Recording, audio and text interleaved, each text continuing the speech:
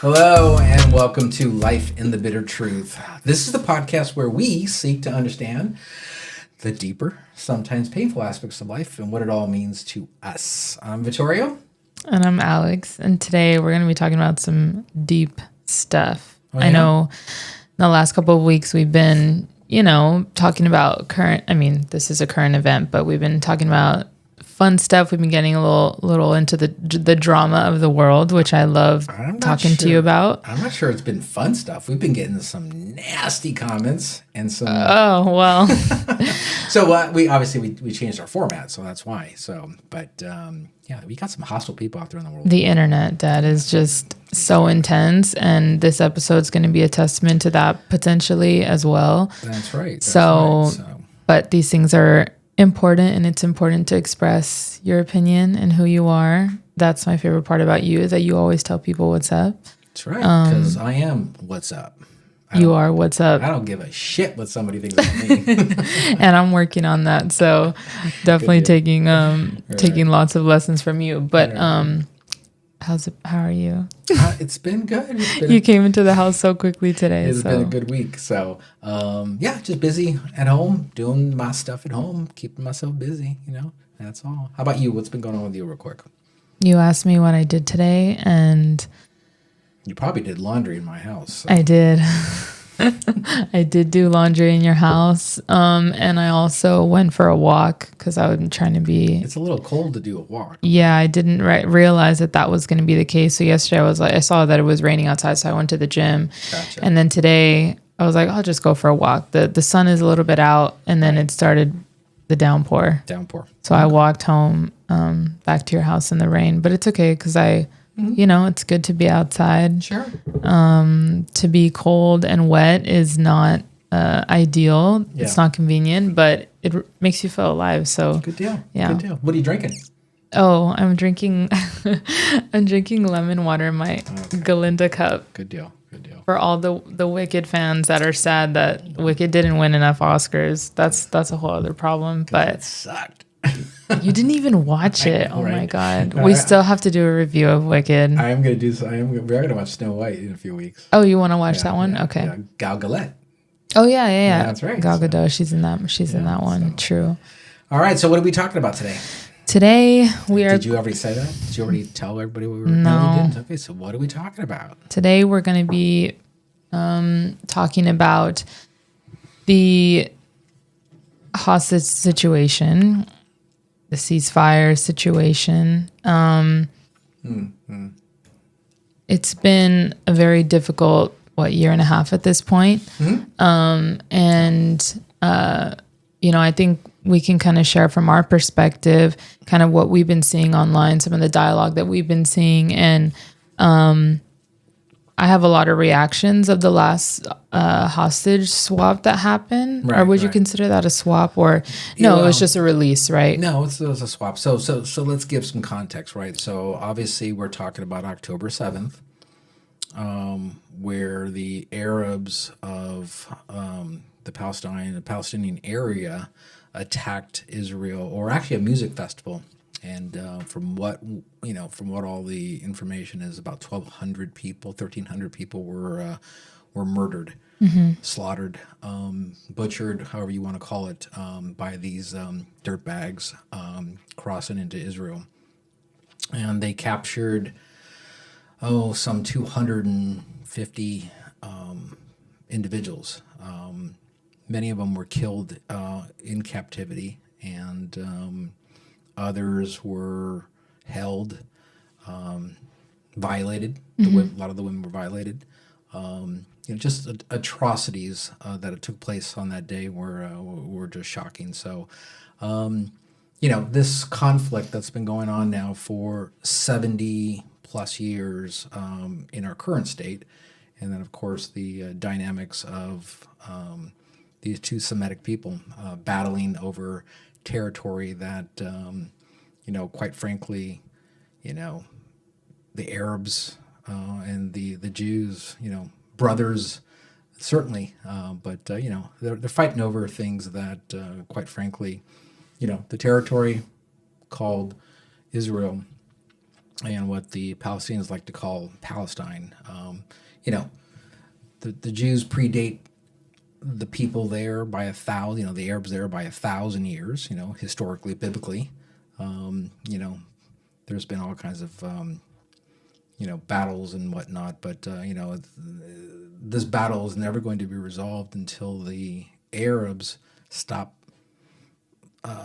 you know, stop feeling or creating this victimization mentality that they've got. You know, if they've had it now for, you know, 70 years, if not more. So, you know, it's not going to stop on their side until they stop the victim mentality that they've got. They're always accusing the Jews or Israelis of atrocities, and they can't name one, right? They can't, and I'm not talking about the staged stuff that they film, because there's lots of records of all that kind of stuff where you get the Palestinians filming, you know, fake Propaganda. Yeah, propaganda. That's probably the best way to say it. And unfortunately, you know, it's believed by so many young people, believed by many people in this country, which is a joke. It's propaganda. It's propaganda for the, you know, for the sake of turning the you know, the public against Israel. You know, it's ridiculous. You know, and it's, you know, if you watch some people your age, probably it's probably best, maybe probably a little bit younger, but you know, talk about this and the garbage that they spew, the lack of pure knowledge of the area, the conflicts, and all those things is just crazy, just crazy. Yeah, I mean, They've been brainwashed. You know, you tell a lie, right? You know, black is, you know, you can tell people a million times that black is white and white is black, and they start believing it, right? You know, because it's propaganda. They're Right. brainwashed. So I think since October 7th, then I can give a little bit of color to, I think, some of the discourse with my generation or how that's going online is since October 7th. And I haven't shared much with you just because it's just very exhausting to think about. yeah, let me add a little color. So obviously, I'm Jewish, and I am probably a proud Zionist. I don't have a problem telling anybody that I am a proud Zionist. I donate money to all things Israeli and Israel. And you grew up going to synagogue. We have Israelis in the family. We have other Jews in the family, you know? So this is not just something that we view from a distance. On the news, yeah. You know, it affects us. It affects family members. So I had to throw that out there. So No, thank you for that context. And what's important also is that we not only have Jews in the family, but I have very close Arabs that are friends, acquaintances, and children I associate with, or descendants thereof. So, you know, we have, you know, what we would call comfortable discourse in conversation. But the question is, it's respectful. Yeah. Everyone's got a viewpoint. And the only difference between, you know, most people of, you know, maybe the younger generation is that we can have disagreements, but still be civil and come away with it with the same love we had when we went into the conversation. That's not what we see with some of the anti-Semitic individuals that took over the universities, or just the wacky kids that glom on to one activist, you know, party over another. I just don't get it, but yeah. To continue, I mean, and I'll try my best to give you like a little bit of context on each of the things that you're bringing up. But you know, since October 7th, I've seen a very huge shift in a lot of the discourse online, just in terms of like the podcasts I listen to. There's different, lots of different Jewish actors are asking for support and asking, hey, just say, stand with me. That's all I'm asking. Just stand with me. Sure. And a lot of people won't do that. And, you know, there's so much, God, there's you know, the horrible comments I've seen, right? The horrible videos I've seen. Yeah. and it's difficult for the average person who isn't politically inclined in any way or aware of that propaganda is propaganda. It's hard for people to see through that, right? Because most people, they don't watch the news. They're not well read. You know, it's just that's not to say anything bad about people, but most people don't grow up, you know, with a dad that's got the news on all the time and is making you read and all these things, right? But I think it is something bad. I mean, if you don't, it is yourself, for sure. If you don't educate yourself, I mean, you're blinded. Yeah, you're blinded, 100%. And unfortunately, you have to be well-rounded in your education. There's not just one media outlet or one social media approach. You have to kind of be broad in your understanding, because there is a lot of propaganda that is spewed. A lot of it is lies.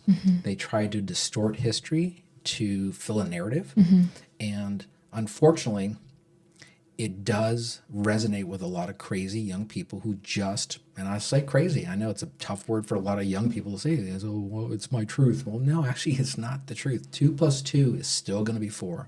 So there's that issue there where they just aren't educated enough, but they just speak the activist tone or words, and they just don't understand what it means of what they're saying, right? Right is wrong, wrong is wrong, and right is right. And it's hard too, because, and I've caught myself in this situation many times, right? Where, you know, it's very easy to be a kid who grew up in America, who grew up with books, who grew up with a good education, both parents, you know, a very, you know, upper middle class life, whatever. Right. To point the finger at all these other countries, right? Or point the finger at my own country. And, you know, not even having any conception of how other people are living around the world.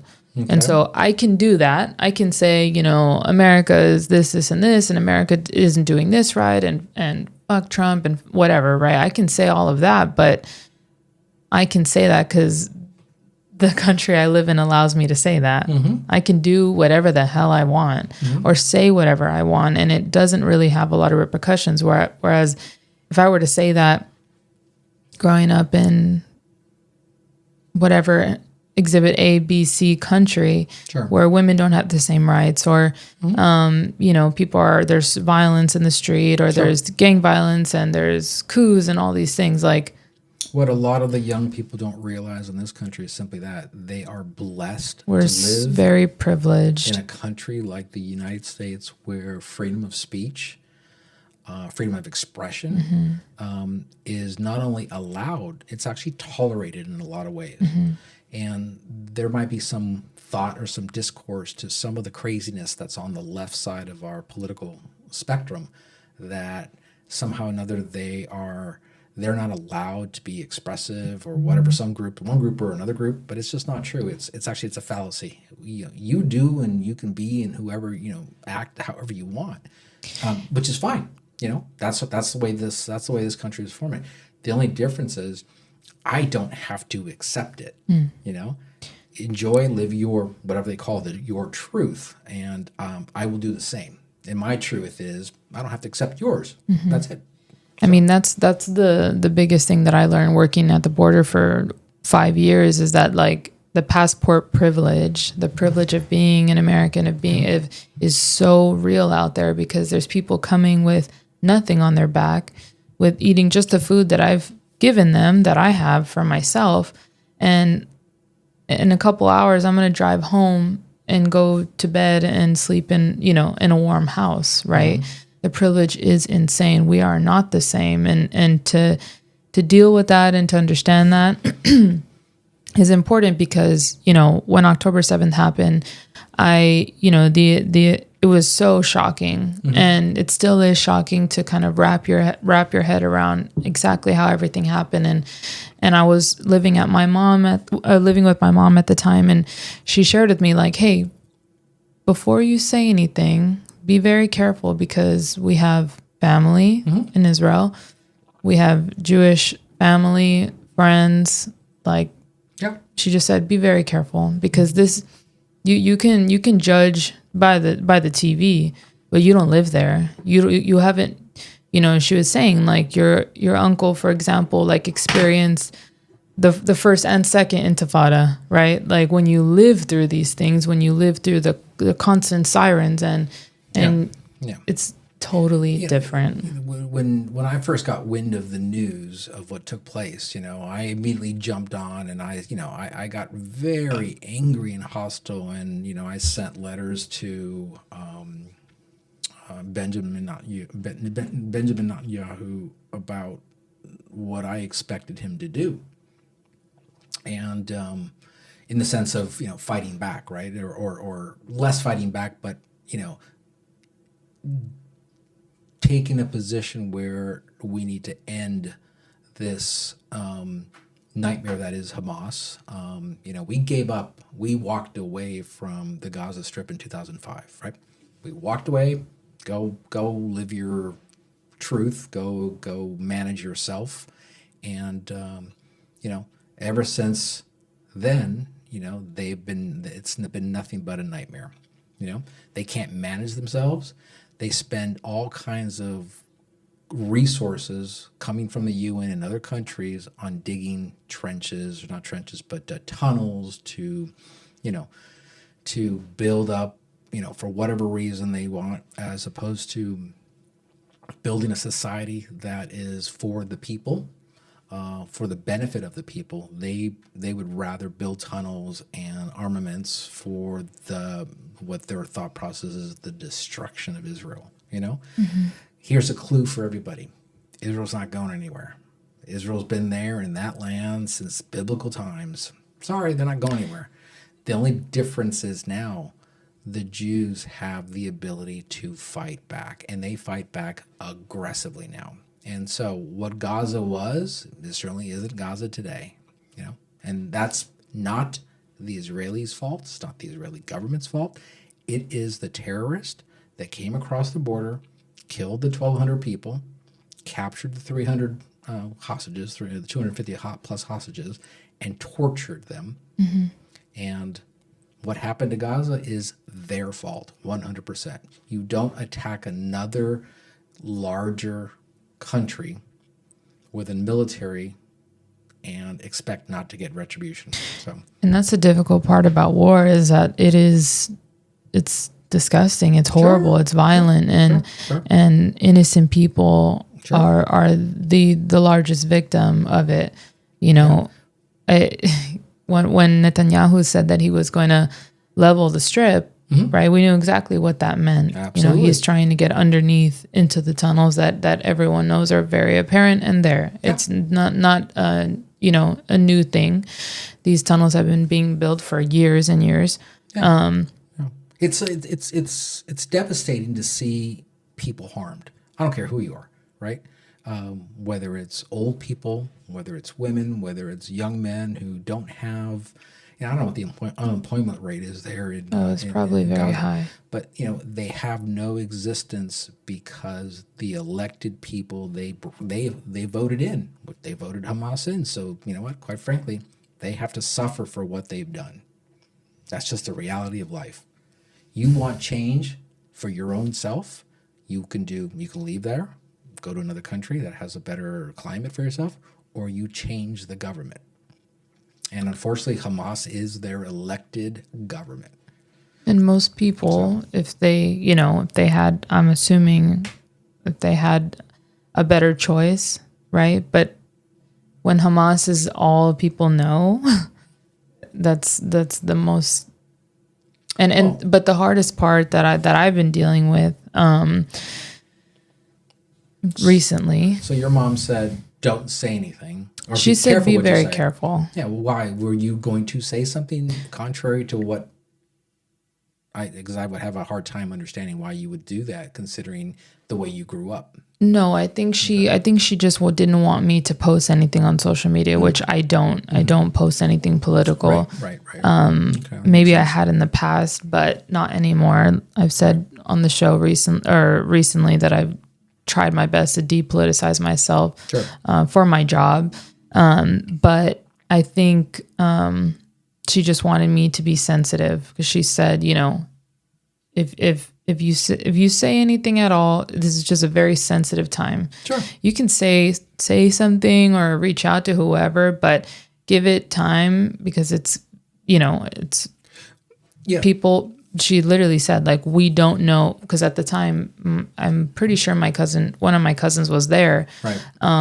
who I grew up with, and she's like, we haven't heard back yet. Right. So Right. let's Right. just like fucking chill, and people are going to be calling people and whatever. Yeah. So Yeah, it was the Israeli people. It was a tragedy for them. They experienced an event that had not happened on Israeli soil, and it was tough. A lot of people, lot of disgraceful behavior. and I saw a lot of, and I don't have a Twitter, or I don't have X, and I haven't had one for a very, very, very long time. And just even being on Instagram, it was hard to hide from those types of posts, because people are reposting from Twitter, and they're, and you're seeing, women covered in blood and on their clothes, and, parents saying, please, if like, Jesus Christ. Yeah. It was tough. It was definitely tough. Something that has like resurfaced is, this ceasefire agreement, right? However many times this has tried to happen, Hamas doesn't want to let the hostages go, and then Israel doesn't want, like, it's just this back and forth thing. It's not. I mean, remember something. The geopolitical, or the politics in that region, are simply the fact that, unfortunately, for Israel, it has to work in concert with the U.S. Why? Because Israel needs certain level of support when it comes to their military prowess. And unfortunately, they have to be very careful of how they operate within the political structure of the U.S. So over the last 4 years, right, we had this nightmare of a president who was pretty much dead from the neck down, if not completely in the morgue already. But, oh my God! He completely did not. He forced Israel's hand many times. I don't even think it was him. It was whoever was running the U.S. for the last 4 years. Maybe it was Joe Biden. I can't tell. But the Democratic Party has a disdain for Israel. So there's a lot of that battle that Israel had to do in dealing with that. Now the gloves are off, right? How do you think it would have been different? Because I feel like if Gaza was destroyed. If Trump was there, more than likely Israel's hands would not have been tied at the level at all. Because if somebody attacks a sovereign nation, you have the obligation to protect your citizenry. If somebody attacked the U.S., the U.S. would do a force multiplier 1,000%. They would go in and level. We did after 9/11. Kill everything in its sight, because that's what you do to your enemy. You destroy your enemy. Is it a terrible thing? Yeah, of course it is. People die, and there's collateral damage. I get it. But I was probably one of the first ones out there saying, Bibi, level Gaza, raise it to the ground once and for all. Kill every terrorist out there. But what Israel does, right? They all hide, though, obviously. In the argument. No, they hide in between civil. Yeah, they hide in mosques. They hide in hospitals. Of course, they're all scum, right? So, but what other government, what other military will send out Texas and flyers out to warn the citizenry of the area to leave the area? We're about to bomb that area. The U.S. would never do that. Okay, France doesn't do that. England doesn't do that. Any other major and Western culture or government doesn't do that kind of stuff. Israel does it, right? Because their goal is not to. It's inherent in the Jewish psyche. You do not want to create any more harm than you possibly can. So it warns the people to leave while we go in and take it all out. And the propaganda that's out there is, they've killed children. No. It's just propaganda. You can't believe anything that's coming out of that territory. I mean, when buildings are falling on people, there's bound to be children. There's a vast majority of children in Gaza. You say when buildings are falling on people. Well, Yeah, again, when you're as bombing. as I indicated, they were given the warning No, to of, leave. of course. I know. You choose to stay, then the responsibility no longer is other. It isn't the government. It isn't the Israeli government. It's the individuals who decide to stay. You can't cry foul after you've been warned and given hours of notice. Yeah, I'm surprised that they even did that, to be That's honest. what they do. I'm surprised because in war, that's normally not in the recipe. That's what it is. So that's the kind of stuff that gets lost in our media, that gets lost by the young people out there. They don't.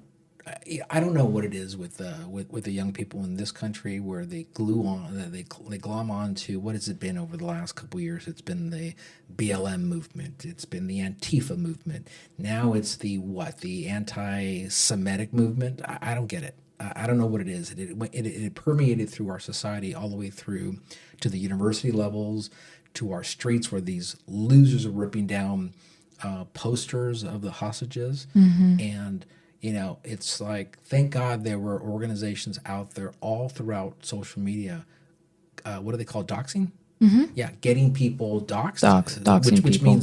means Revealing their identity and where they live. where they work, and getting them fired, getting them, doing that. And I thought that was a great way of approaching it. You act this way, such an atrocious behavior that took place, and you celebrate it. I'm sorry. There's something that you should not benefit from that from a civil society. So, and then a lot of them were fired. Thank God. What is your opinion on? Because this is what I've been seeing since the hostages were released, the last 4. So let me just paint it for you. People that I used to follow just through acquaintance or through work or events or whatever, right? You follow someone, you're like, oh yeah, I'll follow you, whatever, right? We had good conversation that one time. Okay, cool. I like your pictures, whatever. Right. And on one of this person's stories, they had posted a picture of one of the hostages kissing one of the Hamas soldiers on the head, which he was forced to do, which they didn't mention that, but she had written there, like, mind you, she's converting to Islam, which is fine, but she had said, like, oh, Allah will praise this person, or so noble, like basically praising Hamas for saying that they were taking care of this man and this man loved him, or whatever. Propaganda. Yeah. What is your opinion of us, or not us, sorry, like our generation kind of falling in love with this terrorist group organization? Yeah. I mean, in a way that I don't think happened with ISIS or with Al Qaeda or whatever. You saw a little bit of that on the fringe, but today, over the last year or so, you've seen a lot of that nuttiness where, you saw, was it Queers for Palestine? You saw a lot of that kind of stuff. It's like, Queers for Palestine. I mean, I was scratching my head thinking, what the fuck are they doing? They're the first ones that ever get murdered. In that. That was your brother. That was one of our special guests. And the reason it rings is because it's an emergency call. Oh, that's wait. Do you have that for my number too? I do. Oh my God! Thank you, Dad. So, it's shocking to me that behavior, unfolds the way it does with the generational thing. I think I went to one event of yours, and I was baffled by the curator of the event. Basically, he had a Palestinian flag, right? So, that doesn't affect me at all. I just thought it was kind of interesting. So I asked him some questions. So, what do you know about Palestine? And he would ramble off some stuff. So he rambled off some pure ass lies about. I mean, I don't know what he was talking about, because I couldn't follow him. So I asked him a question. I said, "Do you know your biblical history?" He said, "No, I don't read the Bible. I don't read the Bible. I don't know anything about it. I don't like religion." Okay. Do you know your ancient history? No. Okay. Do you know your modern history? No. So what exactly are you doing by demonstrating and having a Palestinian flag? What's it all mean to you? Oh, I'm doing it for solidarity. That's a big word I kept hearing about. I'm doing things in solidarity, but in solidarity for what? They could not answer that. That's the part that's bewildering to me. Right. You know, you talk about somebody who's converting to Islam. Great, knock yourself out. What does that got to do with the realities that, you know, a group of individuals, a group of terrorists in the Gaza Strip murdered 1,300 people and captured 250 innocents? And it's difficult because a lot of people that I know, you know, have looked to me for, you know, hey, like, I've seen you haven't posted anything about Gaza or anything, and I'm like, well, this is a closer friend of mine, so my first answer was, dude, like, my dad is Jewish. What do you want me to say? Yeah. I asked her straight out, what do you want me to say? Yeah. I told her I said it's a lot deeper than you think. Yeah. It's a lot more difficult than you think. It's not just, and I told her also, what is posting going to do for the movement, right? Like, yes. When you speak about movement, what movement are we talking about? And for her, it would have been the Palestinian movement, right? The solidarity movement for Palestinians. So she's saying, like, you're not posting, you're not doing enough for the movement, for the cause. And my response was, what is me posting something, a picture online? What is that going to do? Because buildings are dropping at every second that you and I are talking right now. Right. We just got a matcha. We're sitting here chit-chatting, eating. Like, what the fuck are we doing? What is the movement? I don't understand. There's a movement. There's an undercurrent. There's some kind of movement going on. It's just in solidarity. That's essentially the best way I can explain it to you. But me asking, what the fuck is posting something on Instagram gonna do? Yeah.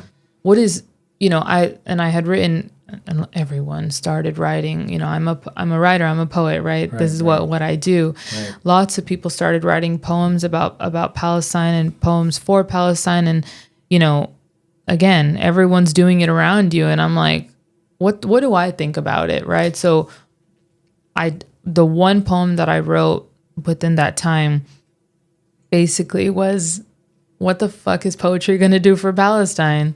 Like, I get it. I get that it's important to share what's going on and share lived experiences of different people, right? The victims that are falling to this group that made this decision for everyone, right?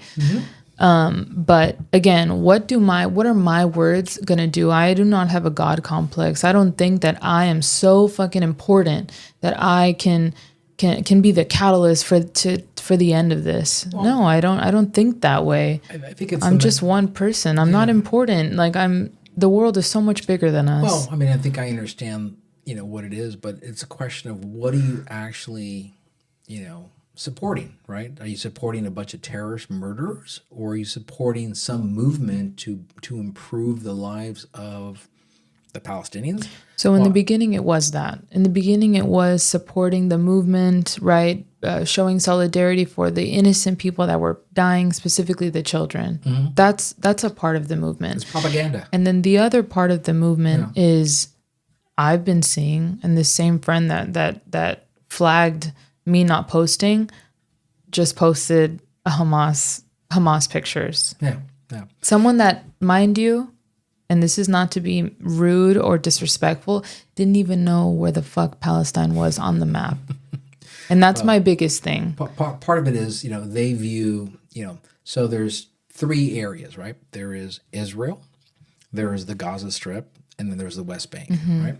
The West Bank and Gaza is where the Palestinians live, right?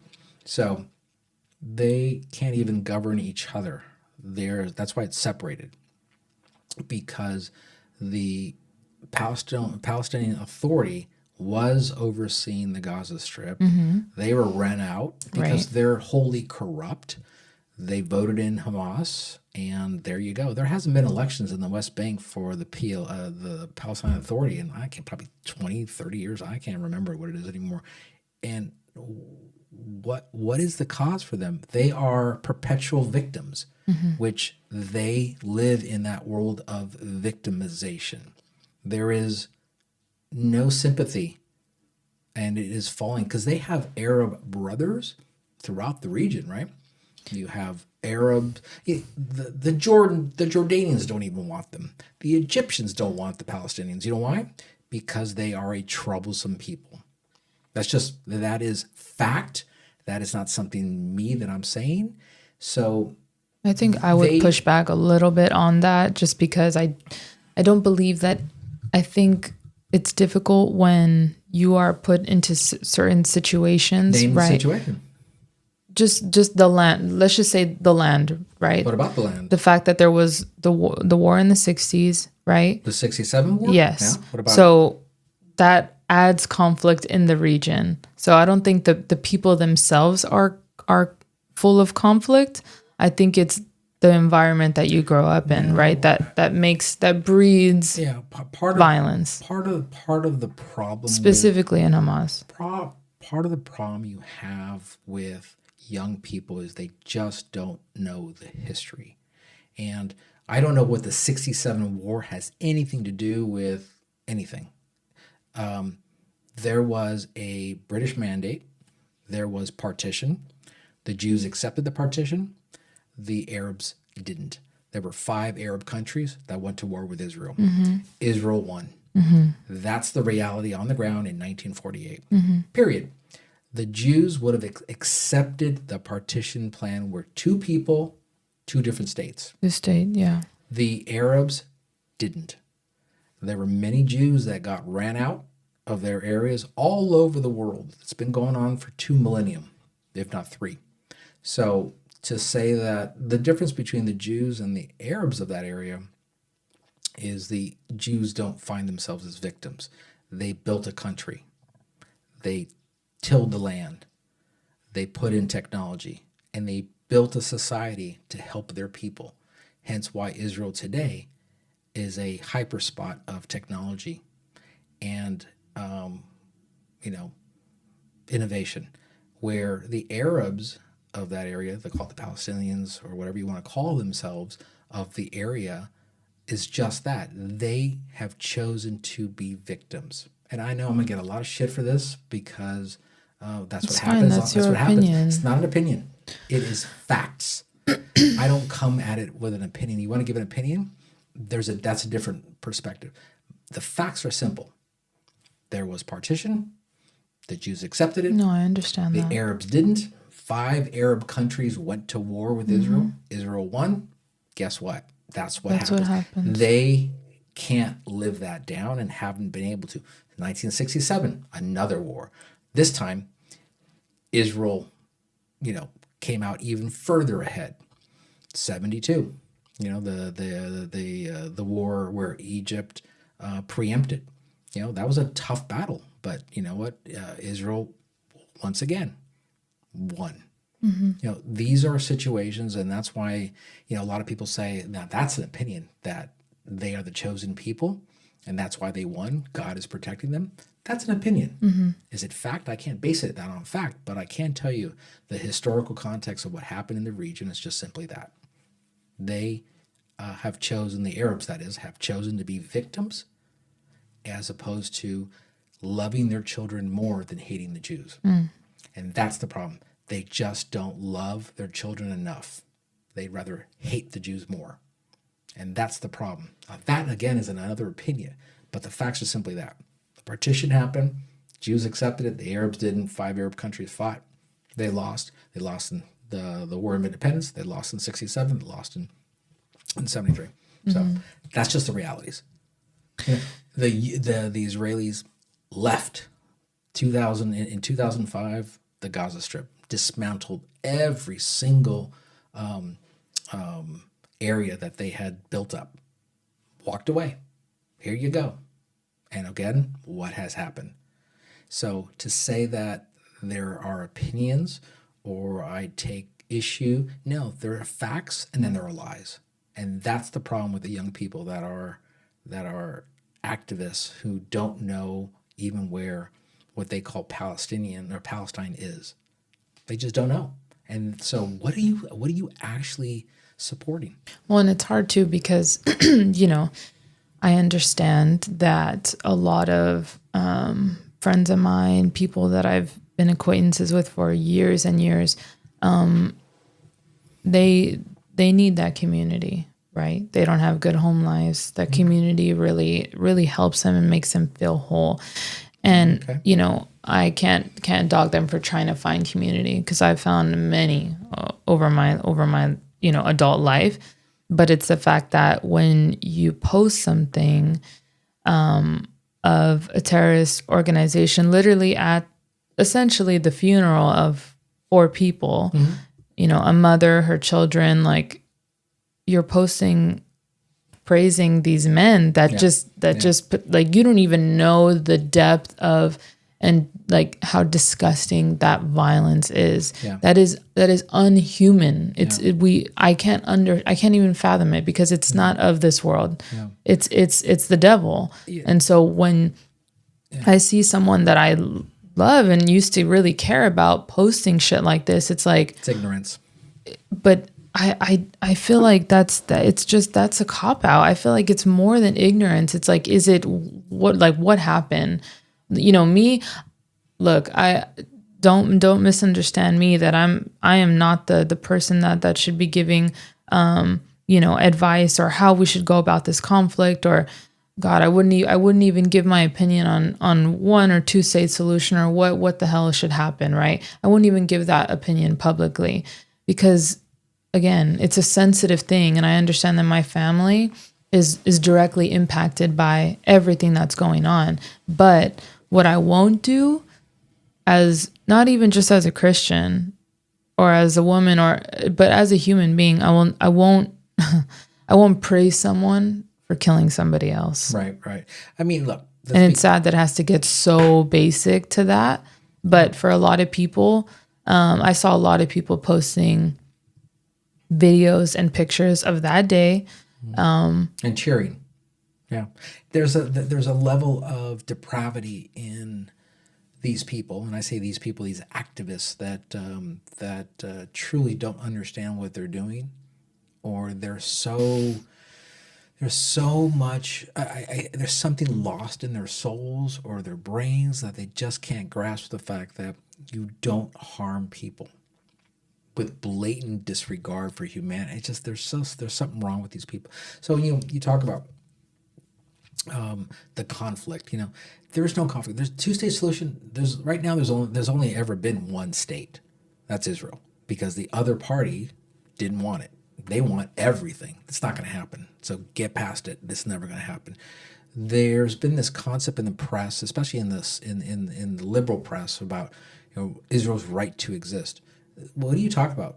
Every sovereign country has a right to exist. I mean, Israel exists. There's no going back from that. So to say that, to use that text or that conversation that Israel has a right to exist. Israel does exist. So it's the Palestinians who want a homeland of their own, which, I wish they can get it.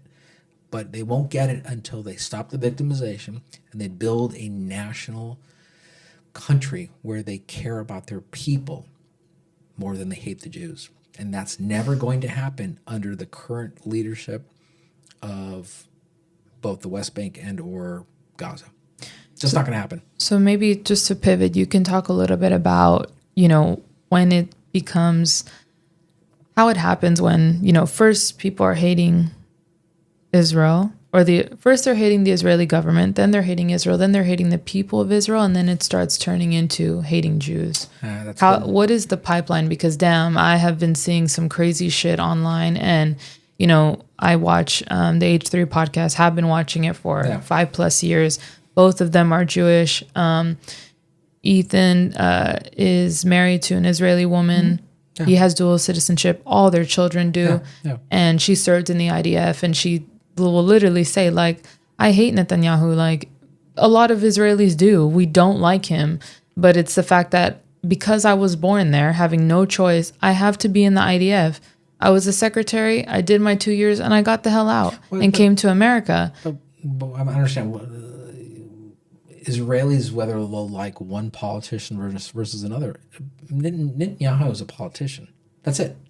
Yeah, it's just I'm just saying her opinion on how dislike- she views her own government. Okay, so what? We have people that don't like our government, Right. whether it's Trump or whatever. And So, she's just expressing her views, okay. right? And so, but when you're talking to the people that are on the fringe that are saying, yeah, you deserve to die because you are a baby killer and a genocide lover because you were in the IDF. She's getting, death threats. They're doxing them. They're threatening to murder their children. It's first of all, it's jarring to hear some of that ridiculousness that goes on, doxing and threats and that kind of stuff. I don't live my life under the concern of threat. My viewpoints are mine. I come at it from a historical perspective, real history, and real knowledge about that. And I haven't even touched the surface of this. I walk around with my IDF shirt all the time, and I don't get a boohoo look at all. So I mean, what did I tell you? The first when October 7th happened, I just said, please just don't show your star outside. Why? See the difference between the commentary that you just made and the reality of life. I don't fear ignorance. If I can help somebody understand better, great. If they're unwilling to look at the realities, the truth versus some dogma that they are following for whatever reason, or the lies that have been dispelled over the last, I don't know how many years, that you can't change crazy. So you steer away from crazy, right? I work under the guise of the truth, reality, and the safety for myself. I'm not overly concerned with it. Well, someone's gonna. I mean, the difference between what happened in World War II is versus today. You're not gonna have a Jew, crawl on their knees. Now they fight back, and that's the difference between today and where where it happened in Europe in World War II. I have never been, I've been called names, but I've never been threatened. Because if you stand up to hatred, then they cower. And that's just the reality. So you asked a question about anti-Semitic or the pipeline, this genocide or whatever.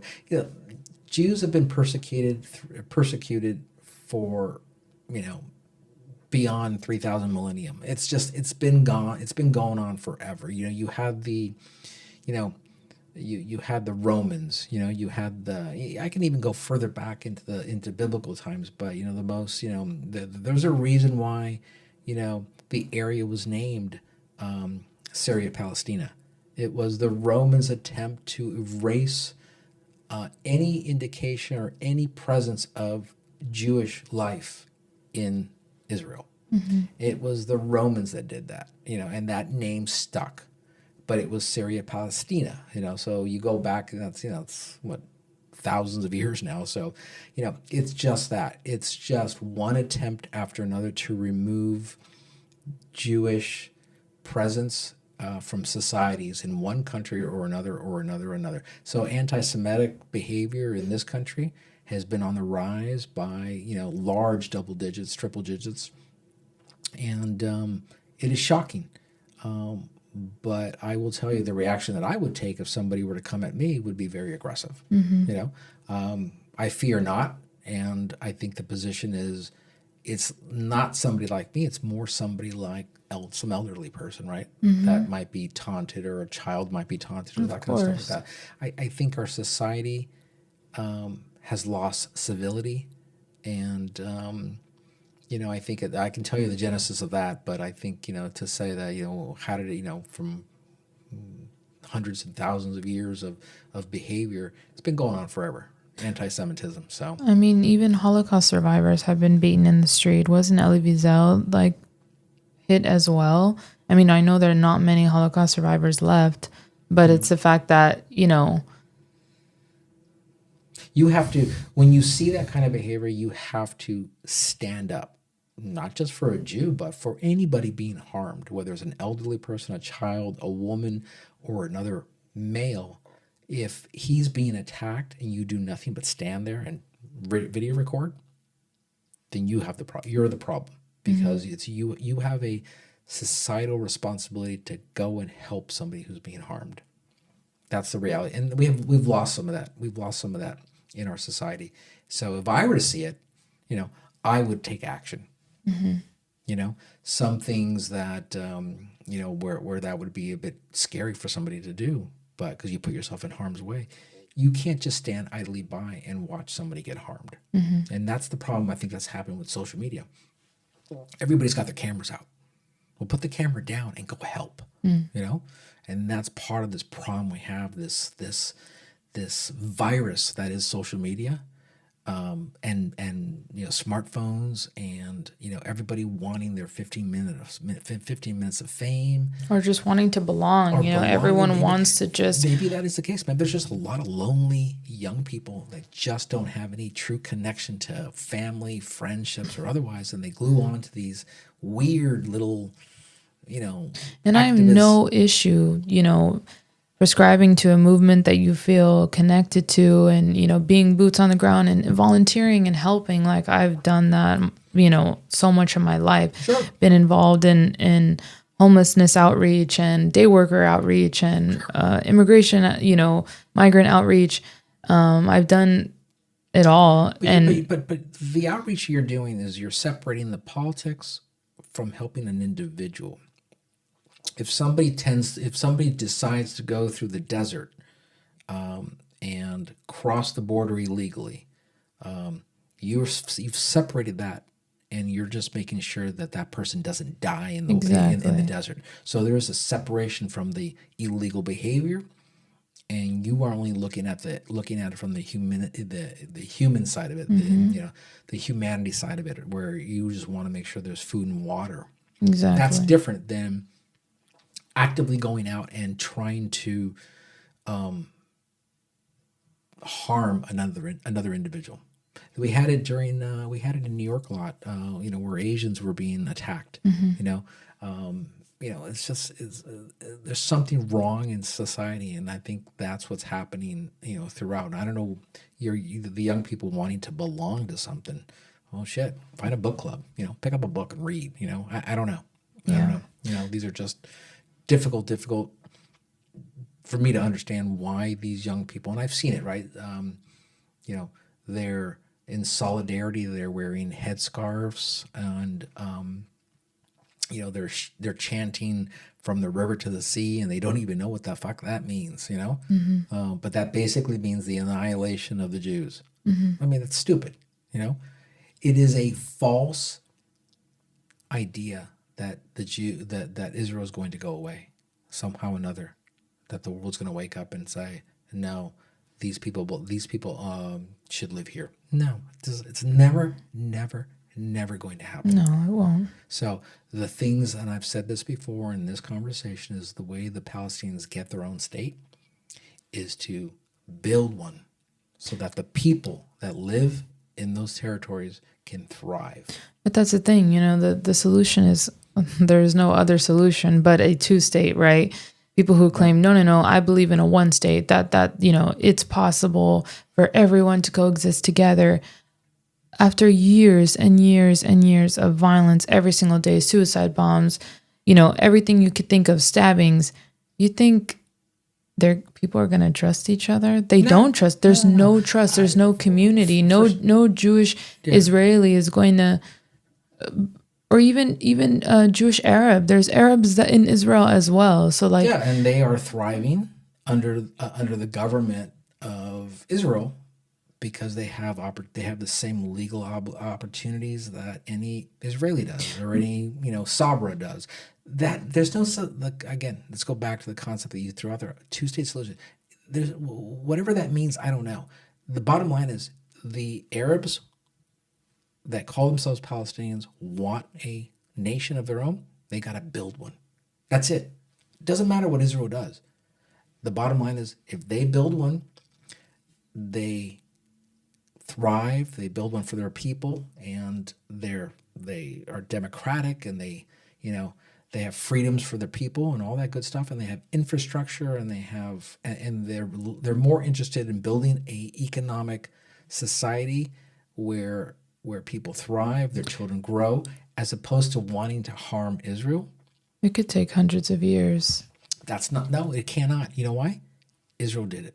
No, I said it could potentially, right? For that, for the craziness to go away, well, whatever, it could take whatever. It's already taken 70, and they've enjoyed the, and I say that cautiously because they're not really enjoying it, but they live in the world of victimization. They'd rather be victims than active participants in their future. Period. Full stop. That's just the reality of what it is. And I'll repeat that again. They'd rather be victims than full members of a society for their benefit of their future. Period. That's what it is. That's just the reality of what's happening on the ground there. You know, getting back to the craziness that happens here, there is, I call it a mental disease. I don't know. I think there's a mental disease going on with young people. I don't know. You called it. I think you hit on something which we probably should explore a little bit later, maybe in a different podcast. But they long to belong. You know, growing up when I was your age, I didn't long to belong to anything. I was busy working.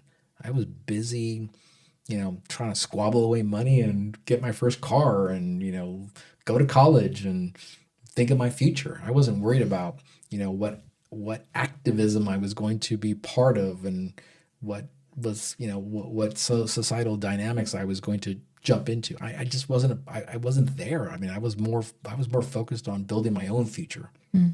So I don't know. I mean, I don't know how the next, what this issue, what this day, this travesty will do for the future of our country, right? For our younger generation. It's hard because, I think these are important conversations to have. Jacob was encouraged me to reach out and to tell and to mention something to my friend, and I was honest with him. I don't, I shared that, this type of issue is very touchy. If people know where I live, these types of people will go and tell other people about it, right?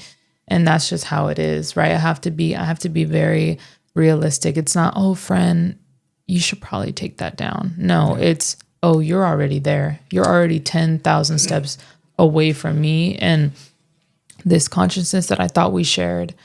But yeah, that's part of the problem, I think, is you unfortunately for you, you've evolved beyond these individuals you used to have some level of connection with. And unfortunately, sometimes when evolution happens, you peel the old skin off and you move on. And sometimes you have to leave people behind. Because I think growth and evolution is just that. Is sometimes you just have to leave people behind. I think I simplified a lot of my political and social consciousness when I became closer to God. And I think that is now you have a moral conscience to say something. And that's the hard part, right? Sure. I'm being called as a shepherd to try my best, and I've been in discernment about this constantly throughout, this whole year and a half that this conflict has happened and how it's changed so many people around me. How do you go about saying, hey, I hear you, but this is not a good look for you, or this is this could be potentially very damaging. The worst part is, and Jacob and I talk about this a lot, is a lot of people that we know that are on the fringe, that are posting extremely violent things and saying crazy shit. Mm-hmm. A lot of them are educators. Sure. And that is, we've talked about, dang, would we be able to homeschool our children? How do we control what they see? Do we want our children watching, trans videos in school, right? If we're raising them as Christians, like there's a lot there. That crazy wokeness that's in, in higher education. It's permeating into K through 12, and unfortunately, I think probably the most damaging aspect of our society is liberalism. to the point where unfortunately it's a catchphrase. Liberalism is a catchphrase for everything woke and everything bad about society. But you know, I equate liberalism to fascism, right? So I am by no means and I've said this before, I am a fiscal conservative, but I'm a social moderate. That means basically, what does that mean to be a social moderate? It means I accept other people's feelings. I accept other people's, way of life. It doesn't affect mine. So great. I think that we should help our common man. I get angry at the amount of money and taxes we pay in the state of California for homelessness and everything else, and it is just thrown away. It's money being burned. And, because we have bad leadership, and that leadership is liberal. And that liberalism, where we have sanctuary cities and we're allowing in illegal aliens into our country, where it takes away from our society. And this mentality of liberalism has permeated through society, and it's gone through the media, and it's just it's an infectious disease. That's the way I like to call it. I know it's a tough thing to say, but the comments are going to be like, girl, why didn't you stop your dad from saying that? Well, you know what, girl, she needs to fucking pick up a book and learn about real life, okay, instead of just picking up the phone and watching TikTok for 3-4 fucking hours, okay, with all due respect. So there's just a reality that young people are just stupider today than they've ever been.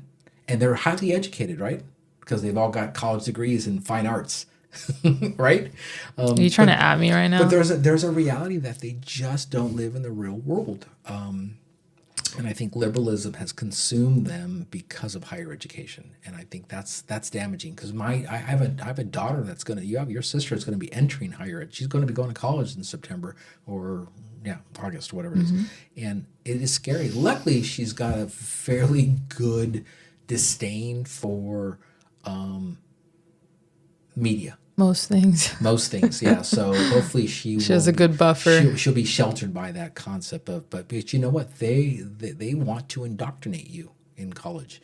And it's a tough thing. It's a tough thing for parents to see your children with viewpoints like, what the fuck is this kid coming up with this bullshit? And it's colleges, they're just, it's nonsense. Again, taking this all step backwards, I associate, and I have family and friends that are different societies, different wealth gaps or wealth statuses. I have, Jews, Israelis, Palestinians in my sphere, and I don't give a shit what you are, as long as you're a decent person with character and you're willing to learn, and you're not hung up on some crazy, propagandist thing that you've been fed, and you're willing to actually take a step back and listen or learn, then there's sunshine for everybody. That's the problem. I think that we don't have a lot of that right now in society. They're just not willing to understand the realities, and history is just not something that they're willing to really dive deep in.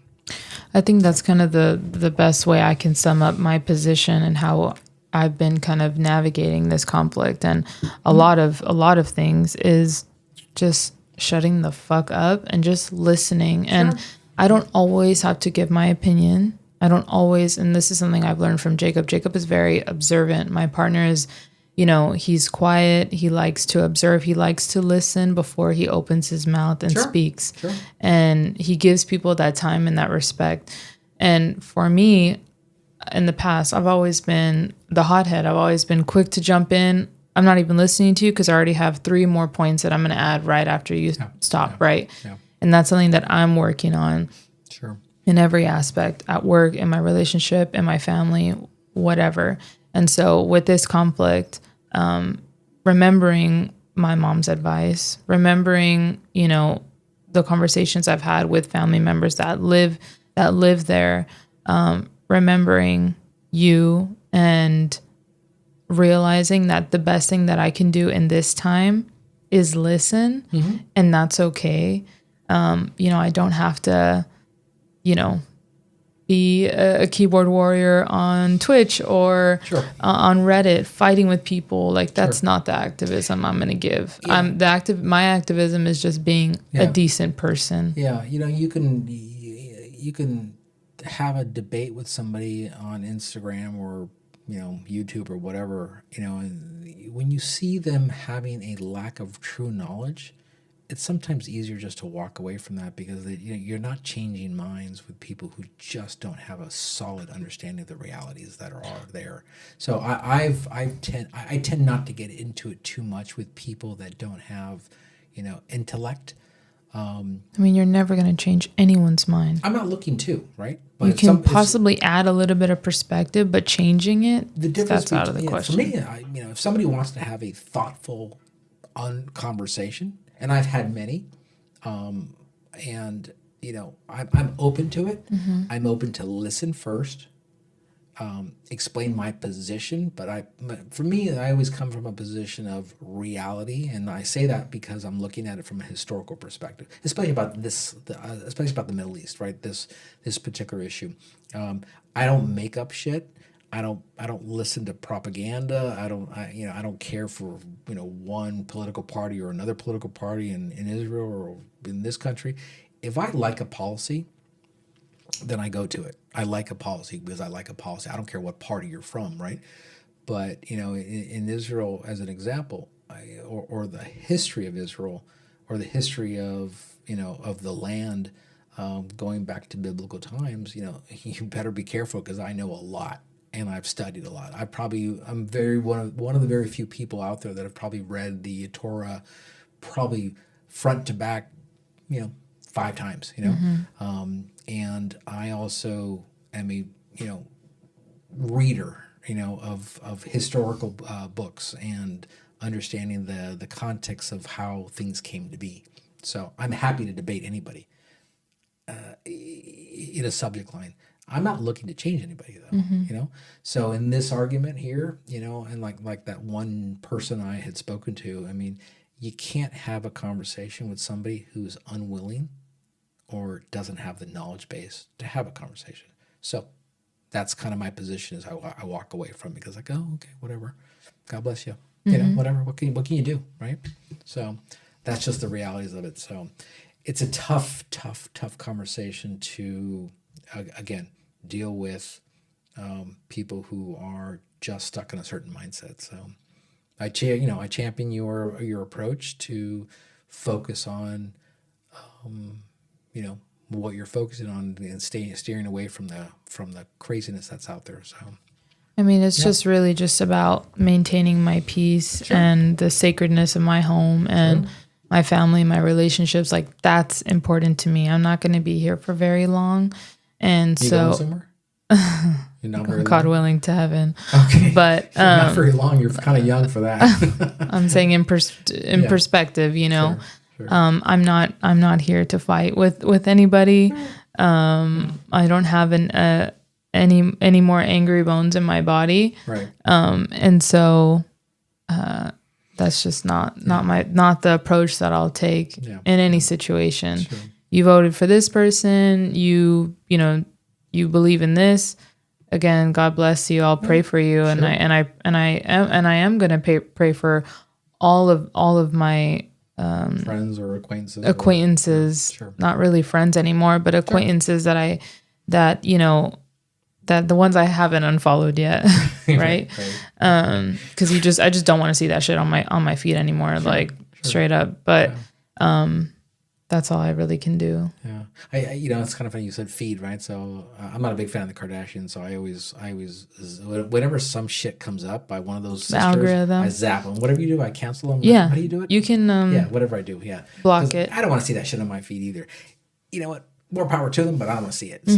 So you know what? It is what it is. It's a good conversation. There's a lot to it. I'm probably going to get a lot of hate comments, but you know what Me it too. is? You know what? I'm happy to engage in thoughtful conversation if it's there, but I don't think it's going to be there. So it is what it is. So the biggest part of this whole conversation before we end is the fact that That video of the hostage release was disgusting. The response of it was disgusting. I am appalled by the violence that the people around me are encouraging and praising. That makes me want to roll up in a ball and just die. Yeah. I am disgusted by people I know. That's all. Well, the final note, I think that I know that Trump gave Hamas an ultimatum. The Hamas has basically said, no, we want the second phase. And hopefully Trump will act by saying, Israel, you've got a green light to do whatever you need to go in there and destroy. Not any more than what they No, I'm like, what the fuck else are they going to do? I'm talking about take out, but without any kind of, collar, any kind of chain. Go out there and just take it out. Take out this institution, this organization called Hamas. So we'll see what happens in the days to come. But enough's enough. You don't treat terrorists on equal footing. You kill terrorists. That's what you do. So that's my 2 cents, and that's what I'm sticking to. So that's that subject. What are you currently reading? Currently reading. What am I reading? Nothing right now. What? No, okay. I've just been trying to catch up on my podcast. Okay, well, I'm listening to a new audiobook, not book on tape, audiobook, Old Jerusalem. So, love that for you. Is that funny? On your commute. My commute. My commute's not that long anymore. Whenever I'm in the car, I listen to it. So it's by Larry Collins, and I forget the other writer's name, but it's just what a fascinating. I've actually read that before. I've actually read it. I have the hardcover, but you know what? I had it on my Audible, and I'm like, I'll listen to this one. It's just what a great freaking story. It's tragic too. It's tragic as well, but all good stories are. It's okay. It's just the people of Jerusalem and the fight through independence or through partition, through independence, and the nastiness of the British during that time frame. It's a fascinating book. So Old Jerusalem by Larry Collins. Great book. To the list. Great book. So there you go. So there you go. So good conversation. All right, guys. So that's where we're going to end it. Anything else you need to say? Any other comments? Nothing that I could think of, but we will catch y'all next week. All right. Well, thanks so much, everybody. We are on all the podcast platforms, and so please reach out if you are more inclined to listen as opposed to watching the on YouTube. But if you're on YouTube and you, which you are, because that's what we're performing now, but please like and subscribe, leave your comments. We do read every single comment. We don't respond to every comment, but we do read them all, and we do appreciate the comments, despite whether some are negative or otherwise, but we appreciate them no matter what. And you might want to leave some, but if there is anti-Semitism in the chat, I will fucking block your ass. Yeah, and we'll Sorry for my language. We'll do a little bit more than block you. We'll actually attack oh my God. those kinds of commentaries because it's stupid. So anyway. So thank you. With peace and love. Like and subscribe, and thanks so much again, guys. Thank you. Bye. Bye. Bye.